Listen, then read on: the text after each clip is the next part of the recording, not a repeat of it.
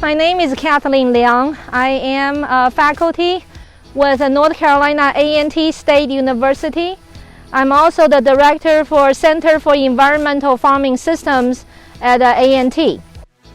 Center for Environmental Farming System is a three-way partnership with NC State University, NCDA&T, and the North Carolina Department of Agriculture and Consumer Services.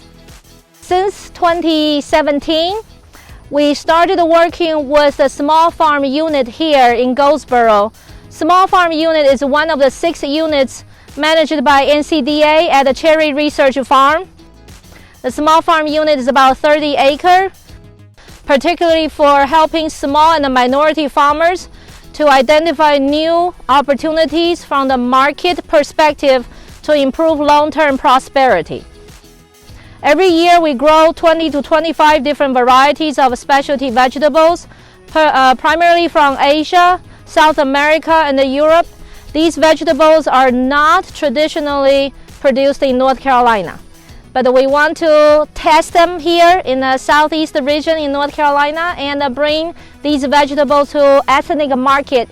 These vegetables usually get higher prices at the market level, and if we can make it work, then small farmers and other farmers looking for growing these specialty vegetables will definitely be able to duplicate our process.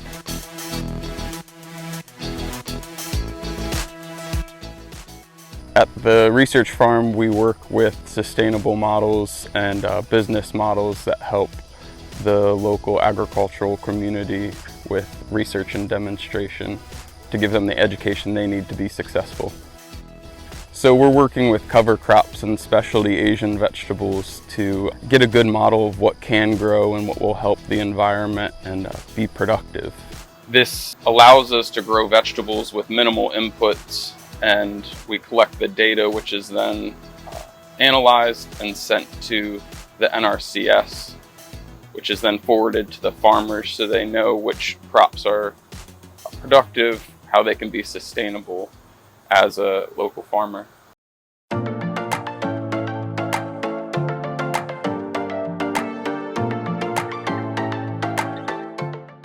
So we try to be as environmentally friendly as we can with our practices.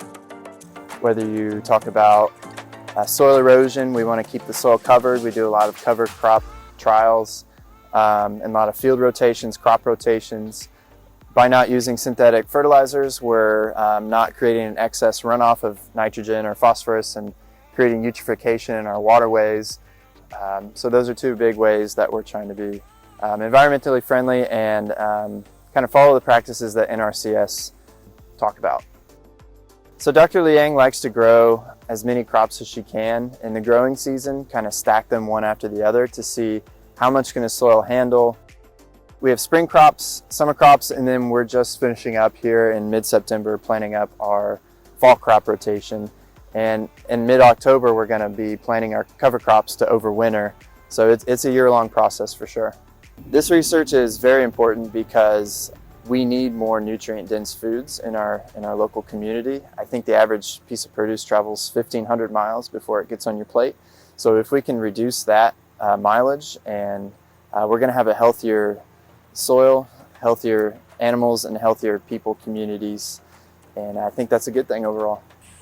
The work we do here is important to farmers across North Carolina because we have the ability to fail and collect the research for the farmers, for the producers.